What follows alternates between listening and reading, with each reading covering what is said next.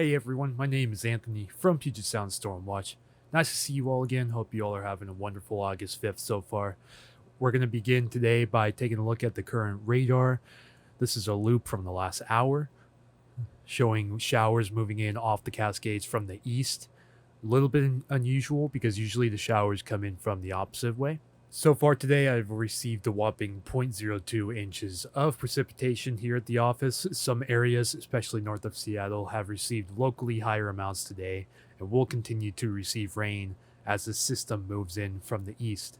This is a loop of the visible satellite imagery from the last hour, and you can see some locally higher clouds coming in off the Cascades and also some clouds moving off the coast, but there are some high clouds moving in from the west. Switching over to infrared satellite imagery, this shows just how high the cloud tops are.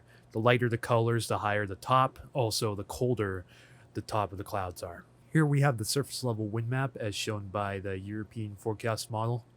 Moving up to 2,500 feet, somewhat similar story, except this shows the Olympic rain shadow in full effect between Tacoma and Olympia. Winds coming out of the north at 2,500 feet, 5,000 feet. Somewhat of a similar story, less of a wind shadow, stronger northerly winds moving down through the southwest interior. And finally, we have 18,000 feet, and this is what's correlating with radar. Winds coming in from the east-southeast, moving towards the west-northwest. Current surface level temps around the Puget Sound are pretty mild at this time. This is thanks to the cloud cover and the precipitation falling. Surface level dew points are around the same as current temperatures. It is really muggy out there. 68 degree dew point in Seattle, 73 degree dew point in Tacoma. Now that everything current has been discussed, it's time to look into the forecast. First thing I want to look at today is the surface level CAPE index, convective available potential energy. This is the amount of energy for thunderstorms to form. This is tomorrow at noon. Shows lots of energy over the Olympics and some over the Cascades. 3 o'clock, 4 p.m. Some of that starts to move into the Puget Sound, but the energy is still pretty far and few. So any of these storms that form will be weak in nature. And by the time midnight Monday rolls around, all the energy dissipates. So this will be a short-term event limited mostly to tomorrow afternoon. Then looking at a different forecast model, this is another high-res run. It's showing quite a different story around the Puget Sound. It shows there is plenty of energy for thunderstorms to form through the night, and it's sustainable up through about 9 p.m. before the energy starts to dissipate. This will be something to keep a close eye on because this will determine mostly how strong the storms are, the coverage, and so on. The next area of focus is weather forecast models from pivotalweather.com. First model I want to look at is simulated composite reflectivity. I'll be looking at several different models, including the NAM 3KM and the high resolution rapid refresh. Since we're so close to this event in nature, we have adequate runs of the high resolution forecast models. So we don't need the high range low resolution. Short range high resolution is going to be the area of focus. And usually this is pretty accurate for this area. Just depends on the model and the agreement. The first loop is the composite reflectivity from the 18Z NAM 3KM. This is the 11 a.m. run today. Goes to 60 hours out. Showing a very similar story to today. Winds and showers coming in from the east before a switch to the west. But then we switch over to the high resolution rapid refresh model. This is where some of the disagreement starts to pick up. This is Sunday at midnight.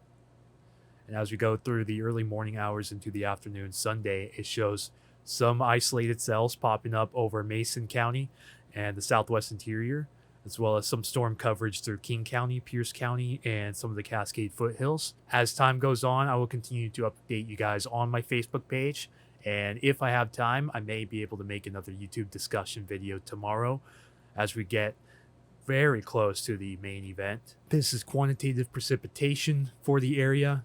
So far, not much precipitation in the Puget Sound to speak of, according to the high resolution rapid refresh, but then watch as this kind of starts to fill in early Monday. By the end of this forecast model run, it shows between zero point 0.3 to zero point 0.4 inches in the central and north sound of accumulated rain.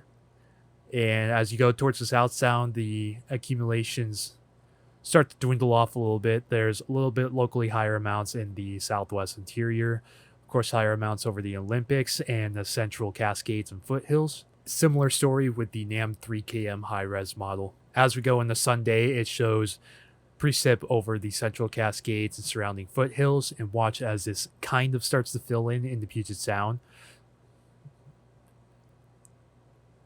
There's a potential, maybe a possible convergence zone as the winds switch. This is what it's showing on the QPF map.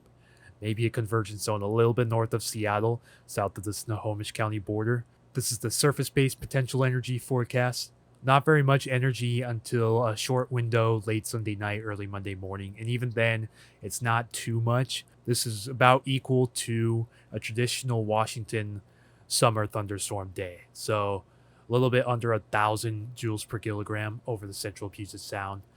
Less in the southwest interior, less in the northwest interior. So this should be the target zone right in here. Foothills and Cascades. Might want to keep an eye on that for tomorrow, especially east to central Pierce County by Mount Rainier. Locally higher amounts close to 2,000 joules per kilogram. Just a quick little cool tidbit I'd like to show you guys. This is the near surface smoke density map across the area. Not very much across the surface at the moment. However, this does show that a local fire in West Pierce County will sort of spike up and bring some smoke to the northeast a bit. This is as of 3 a.m. Sunday. Shows around 5 to 10 micrograms per cubic meter. And as the day progresses into Monday, that smoke begins to dissipate and blows out to the east. Then we have the vertically integrated smoke map. This is smoke aloft, so up in the air.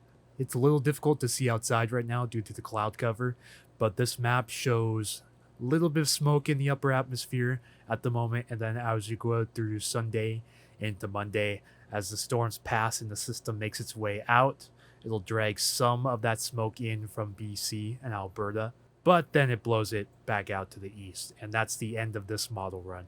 Okay, everybody, I think that will do it for tonight's quick thunderstorm discussion. I didn't go too in-depth as much as I could have. I just wanted to save a little bit of time and make a somewhat shorter condensed video. It was a little bumpy in places, so bear with me. I'm still recovering from that vacation jet lag and having a few busy days at work. But overall, I'm confident that some areas of the Puget Sound will at least see some heavy showers tomorrow, maybe an isolated thunderstorm. The coverage isn't going to be too dense, maybe a quick little window for thunderstorms around probably Mason County, Jefferson County, the east side of the Olympics, and possibly the central Puget Sound, especially closer to the foothills. Thank you guys again so much for watching. I'll see you guys for the next forecast video. Like Puget Sound Storm Watch on Facebook for additional updates as they come in. This is Anthony from Puget Sound Storm Watch signing off.